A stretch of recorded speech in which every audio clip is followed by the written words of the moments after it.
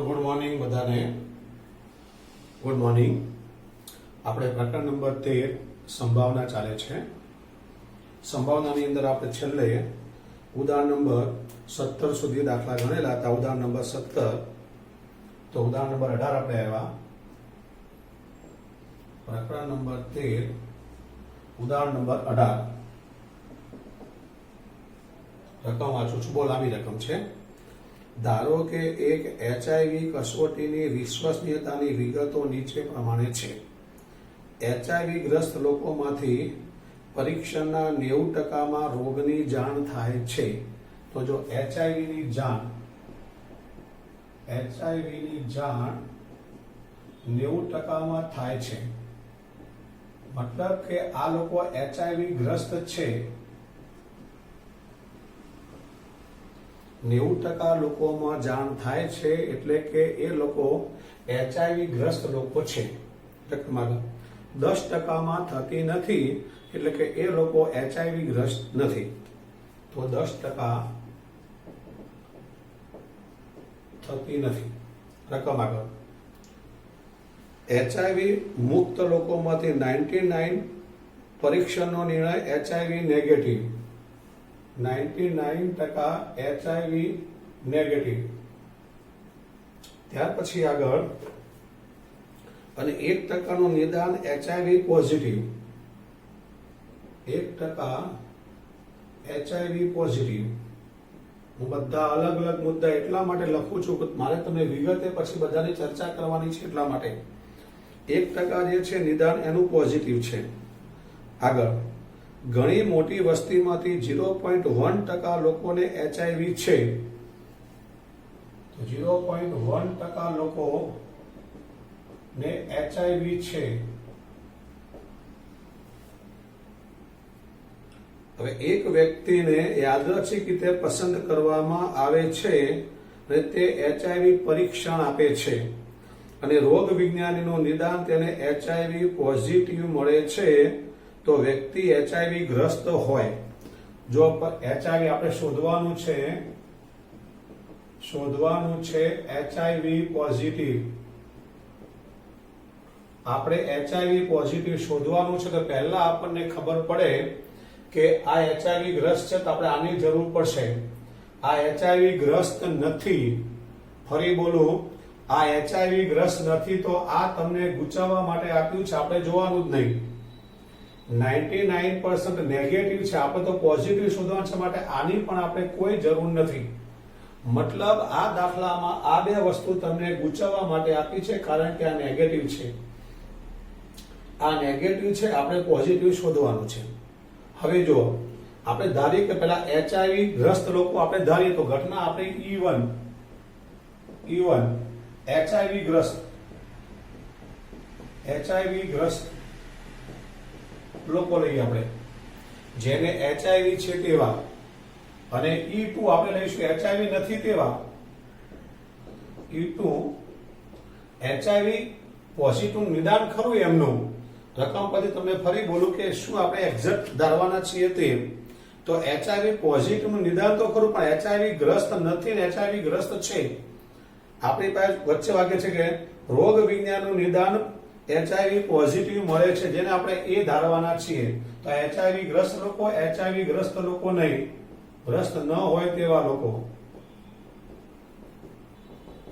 જો જરા આપણી પાસે 0.1% લોકો એચઆઈવી છે તો આપણે P of A લઈ લઈએ આપણે E1 માં, તો એવા છે 0.1%, જેને કહેવાય 0.1/100 એટલે 1/1000।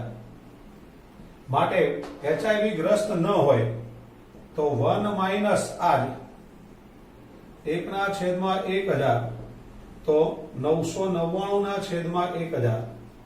1000 એકા 1 માંથી 1 જાય તો 999।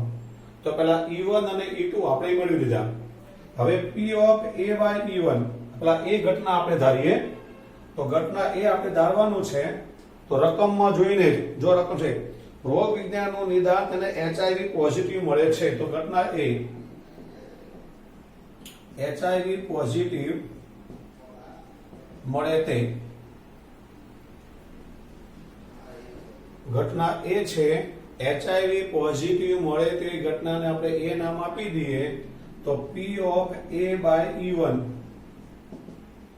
તો HIV પોઝિટિવ વાળા ઘટકો 90% છે આપણી પાસે તો 90/100 એટલે 9/10 HIV પોઝિટિવ વાળા 90% લોકો છે તો 90/10 અને અહીંયા P of A/E2 લઈએ આપણે તો આ 1% HIV પોઝિટિવ ની જાણ થાય છે તો 1% એટલે 1/100 તો આપણે આ પ્રમાણે તમે જે ચાર ઘટકો આ પહેલો ઘટક આ બીજો ઘટક આ ત્રીજો ઘટક અને HIV છે એની તો આપણે નથી બનાવી શકીએ માટે મેં એને પહેલા લીધું ચોથો ઘટક આપણે બનાવી શકીએ માટે મેં આને પહેલા લીધું આ HIV છે આ બી HIV છે તો આ ઘટના આપણે E1 પહેલા લીધી કારણ કે એમાંથી સીધો આપણે આ બનાવી શકીએ નેગેટિવ પછી આ ઘટક આમાં આપ્યો છે આ ઘટક આમાં આપ્યો છે આ બે ઘટક તમને ગુચાવવા માટે આપ્યા છે હવે આપણું પેલું સૂત્ર P of A is equal to P of A P of E1 અને A/E1 plus P of E2 અને P of A/E2 જો કિંમતો મૂકી આપણે E1 એટલે આપણી પાસે આ છે આ P of E1 કહેવાય આ P of E2 કહેવાય તો E1 ના ઘટકો છે 1/1000 અને A/E1 ના ઘટકો છે 9/10 પ્લસ P of E2 એટલે 999/1000 અને આ છે 1/100 આનું આપણે સાદુરૂપ આપી દઈએ તો 9/1 ની ઉપર 4 મીંડા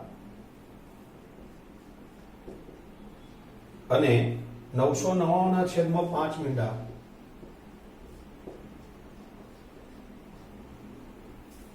હજારના 3 ને 2 5 3 ને 1 4 આપણે 1/1 આ 5 મીંડા આપણે લસા લઈ લઈએ તો આ એક મીંડો આની સાથે લાગે 90 થઈ જાય 90 પ્લસ 999 સરવાળો કરીએ તો 9 9 ને 9 18 9 ને 1 10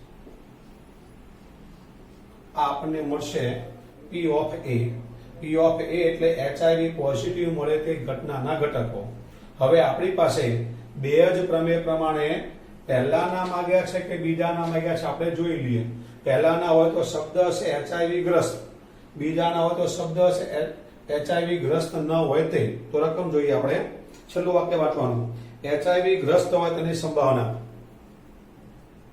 HIV ગ્રસ્ત હોય તેની સંભાવના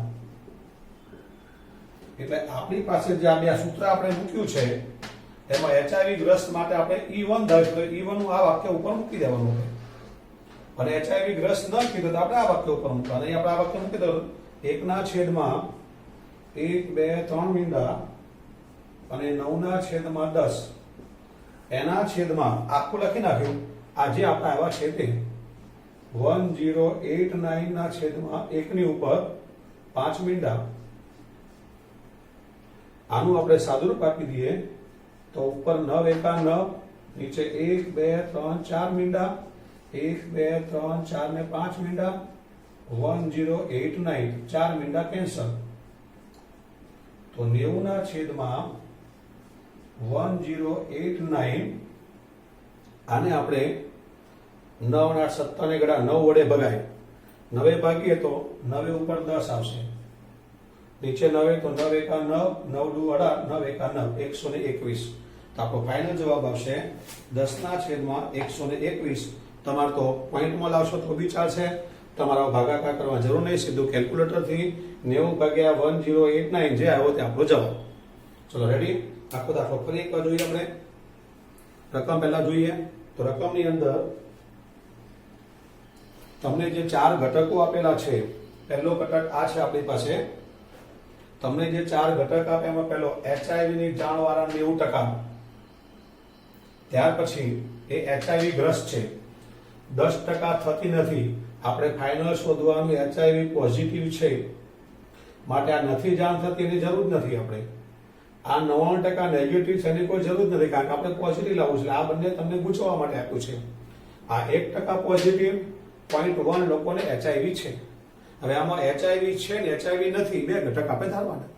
તો E1 તરીકે HIV ગ્રસ્ત લોકો, E2 તરીકે HIV ગ્રસ્ત ન હોય તેવા લોકો. હવે 0.1 લોકોને HIV છે, અહીંયા 0.1% લખી નાખી HIV છે, માટે નથી વાળા એટલે એનો ડેશ, ડેશ એટલે 1 માઇનસ 1/1000 એટલે નથી થઈ ગયું આપણી પાસે. હવે આ બે ઘટકોને કેવી રીતે આપણે સેટ કરવા તે, આમાં HIV ગ્રસ્ત લોકો આ છે, HIV ગ્રસ્તમાં 90% એટલે 90/100, અને આની અંદર 1% HIV નું પરીક્ષણ થાય છે, એટલે નથી, HIV પોઝિટિવ તો છે જ રહે, પણ માત્ર HIV ગ્રસ્ત નથી, ખાલી 1% ની અંદર એ લોકોએ પરીક્ષણ કર્યું. રકમ તમે વાંચો, ખ્યાલ આવે. રકમમાં લખ્યું છે કે ખરેખર તે HIV ગ્રસ્ત નથી, માત્ર એનું પરીક્ષણ થયેલું છે. તો માત્ર પરીક્ષણ છે એટલે આને આપણે મૂકવું પડે. HIV ગ્રસ્ત નથી એટલે આમાં A/E2 માં આપણે એને મૂકી દીધા, અને પછી આપણા સૂત્ર માટે P of A વાળું આપણું સૂત્ર મૂકી દીધું, અને એની અંદર આપણે કિંમત મૂકી, આપણને જવાબ મળી ગયો. પછી ફાઇનલ જવાબમાં એ લોકોએ આપણને HIV ગ્રસ્ત હોય તેની સંભાવના માંગી છે. તો HIV ગ્રસ્ત આપણે પહેલા માટે હતું, તો પહેલાના જે ઘટકો હતા એને આપણે ઉપર મૂકવાના, ટોટલ વાળું નીચે મૂકવાનું, સાદું આપી દીધું, જે આવ્યો તો આપણો જવાબ આવી ગયો. રેડી? ઉદાહરણ નંબર 19 લઈએ આપણે.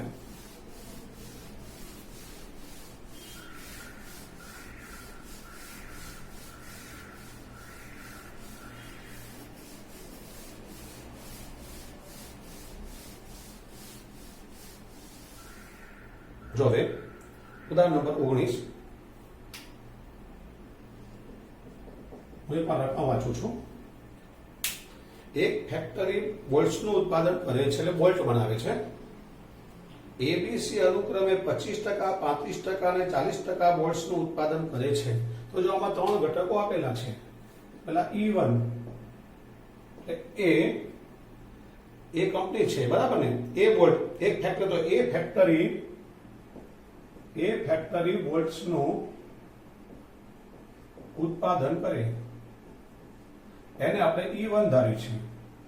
E2 એટલે B ફેક્ટરી, અને E3 એટલે C ફેક્ટરી. આમાં જે આપ્યું છે આપણે ચાલવાનું. હવે જો E1 ફેક્ટરીમાં કેટલા ટકા આપ્યા છે? 25%.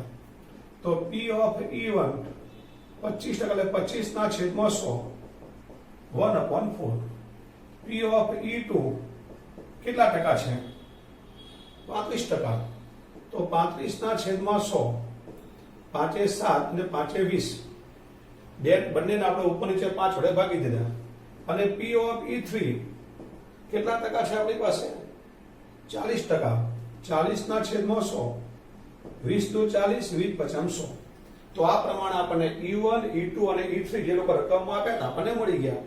ત્યાર પછી આગળ, તેમણે ઉત્પાદિત કરેલા બોલ્ટ પૈકી અનુક્રમે 5%, 4% અને 2% ખામીયુક્ત છે. તો આપણી ઘટના એ ખામીયુક્ત બોલ્ટ હોય તો P of A/E1, P of A/E2 અને P of A/E3 આપણે આ મેળવી લેવાનું. જુઓ જરા, એમાં અનુક્રમે 5%, 4% અને 2%. પહેલા 5% એટલે 5/100, તો 1/20. પછી 4%, તો 4/100 એટલે 1/25. અને ત્યાર પછી 2%, તો 2/100, 1/50. હવે રકમ આગળ. તો બોલ્ટ યાદચ્છિક રીતે પસંદ કરવામાં આવે ને બોલ્ટ ખામીયુક્ત જોઈએ. આ વખતે હું કહું છું, ધ્યાન રાખજો. આપણી પાસે ફાઇનલ માંગ્યું છે ખામીયુક્ત માલુમ પડે ને અહીંયા ખામીયુક્ત જ છે, તો આપણે બરાબર લખ્યું છે. અહીંયા ખામીયુક્ત ટકા આપ્યા હોય અને નીચે ખામી વાળા માંગ્યા હોય, ઉપર ખામીયુક્ત આપ્યા હોય ને નીચેનું ઊંધું ખામી વાળા માંગ્યા હોય, તો આ 5% ને 100 માંથી બાદ એટલે 95 લખાય અહીંયા. 95 છેદમાં 100 જો ઊંધું માંગ્યું હોય તો હવે તો સીધું જ માંગ્યું છે અહીંયા. ખામીયુક્ત છે ત્યાં ખામીયુક્ત જ માંગે, આપણે બેઠા લખી નાખ્યા. હવે આપણું સૂત્ર P of A, તો P of E1 A by E1, P of E2 A by E2 અને P of E3 A by E3 આ પ્રમાણે લખી નાખવાનું.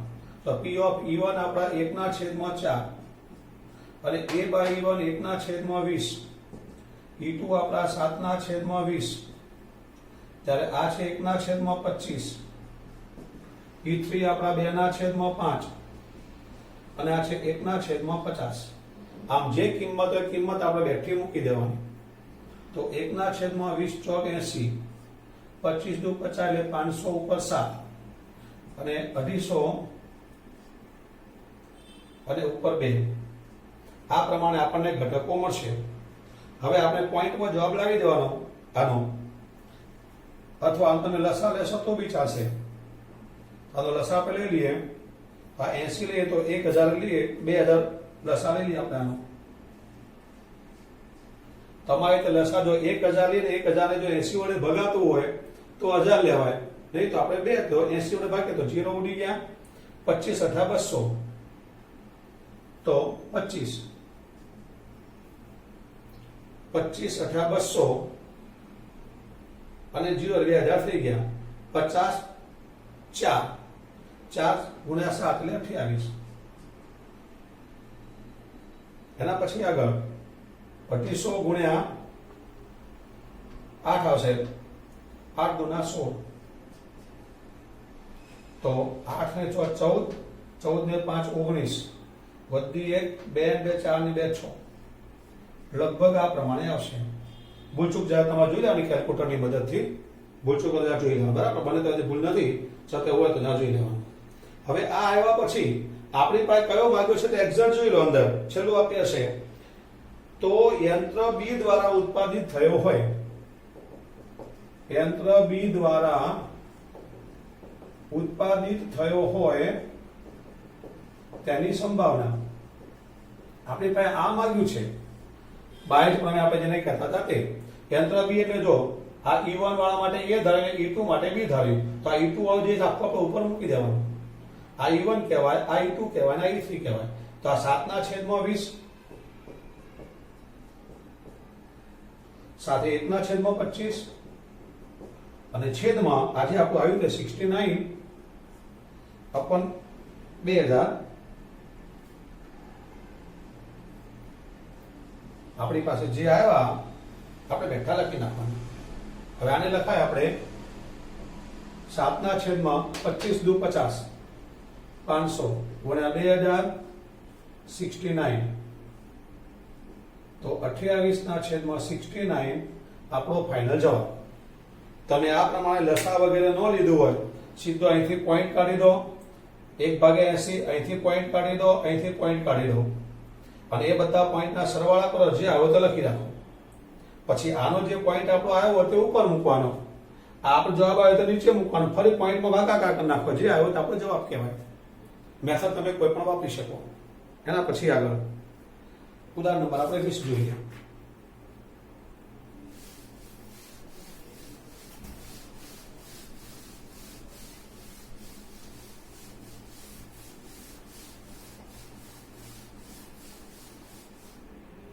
તો ઉદાહરણ નંબર 20 રકમ વાંચું છું. એક તબીબે દર્દીની મુલાકાત લેવાની છે. ભૂતકાળના અનુભવ પરથી આપણે જાણીએ છીએ કે ટ્રેન, બસ, સ્કૂટર અથવા અન્ય કોઈ પરિવહન દ્વારા આવવાની સંભાવના 3/10, 1/5, 1/10 અને 2/5 છે. જો તમને સંભાવના આપેલી આના ઘટક આપણે ધારી લેવાનું. ઉદાહરણ નંબર 20 જો પેલા E1 પહેલું વાક્ય છે આપણી પાસે ટ્રેન, તો ટ્રેન દ્વારા પરિવહન. પછી E2 4 છે તો E3 અને E4. તો પેલું ટ્રેન છે, બીજા નંબરમાં બસ, સ્કૂટર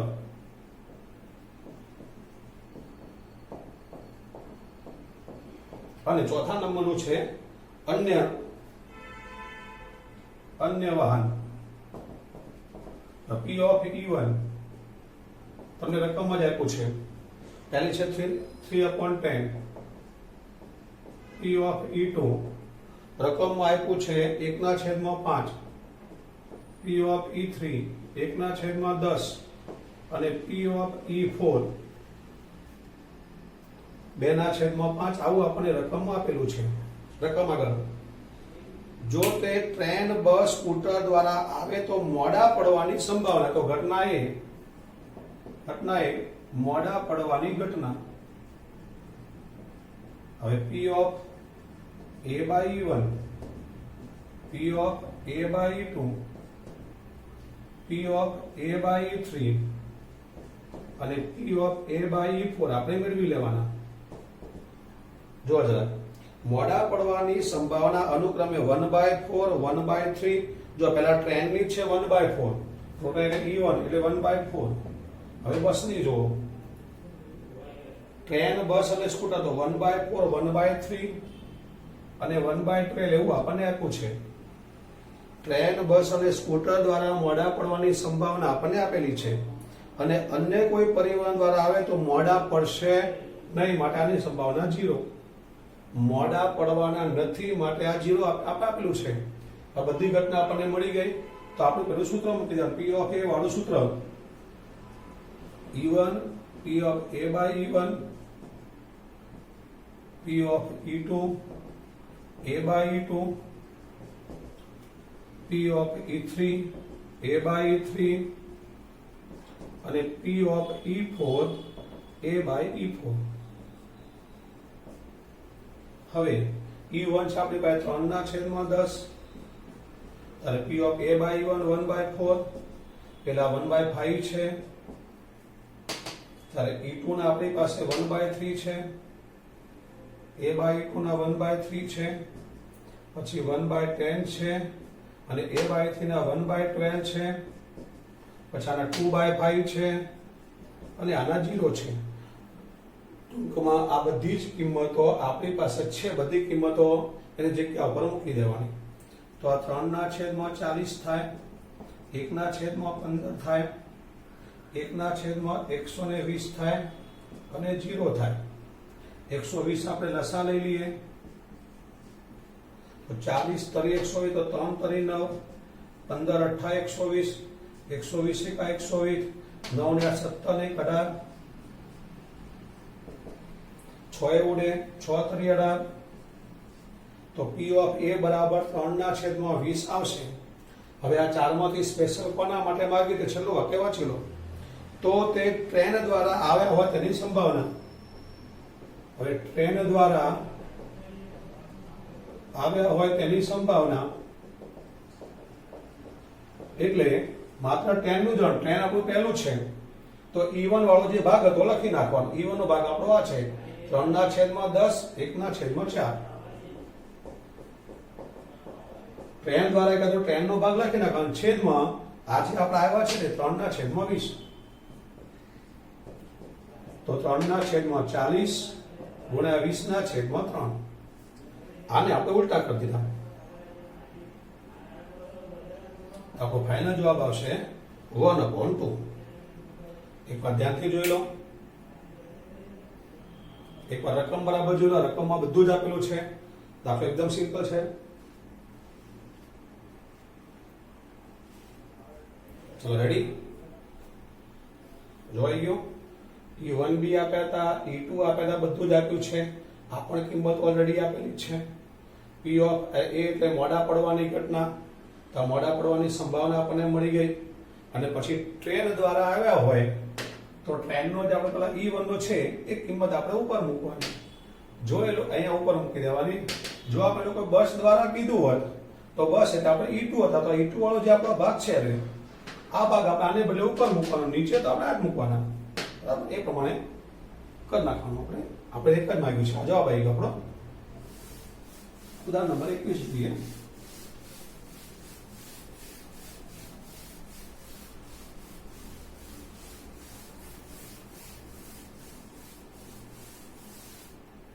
જો જરા ઉદાહરણ નંબર 21 માં એક માણસ 4 માંથી 3 વાર સત્ય બોલે છે તે જ્ઞાત છે.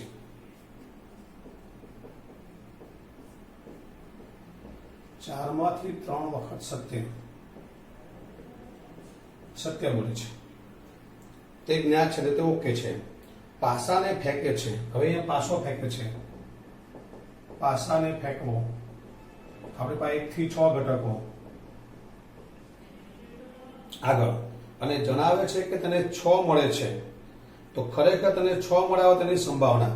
તો જો તને 6 મળે અને આપણે શોધવાનું છે 6 મળ્યા હોય તેની સંભાવના. ધ્યાન આપો. બરાબર. પહેલા આપણી પાસે પાસાને ફેંકે છે અને 6 મળે ઘટના આપણે ધારી લઈએ. તો ઘટના E1 પાસાને ફેંકતા 6 મળે તે ઘટના. તો માત્ર 6 નામનો એક જ ઘટક મળે આપણને. પાસાના 6 ઘટકો છે. 6 ઘટકોમાંથી 6 નામનો એક જ ઘટક મળ્યો. તો P of E1 બરાબર 1/6 આપણને મળે છે. માટે P of E2 6 સિવાયના ઘટકો એટલે આપણને મળશે 1 2 3 4 અને 5. તો P of E2 બરાબર 5/6. ફરીવાર પાસાને ફેંકવામાં આવે છે તો એને 6 નામનો એક ઘટક મળે. તો 6 નામનો એક ઘટક મળે એને આપણે 1/6 સંભાવના કહેવાય. અને P of E2 એટલે 6 સિવાયના ઘટકો મળે તો આપણે એને આ પ્રમાણે P of E2 આપણે કહી શકીએ. હવે રકમ આગળ આની વાત કરીએ. સત્ય માટે વાત કરીએ. તમે આપેલું છે અંદર કે પૂર્ણાંક 6 મળ્યા તે ખરેખર સત્ય છે. તો માણસ સત્ય બોલે એના માટે ઘટના આપણે એ લઈ લઈએ. તો ઘટના એ સત્ય બોલવાની ઘટના. તો P of A by E1 અને P of A by E2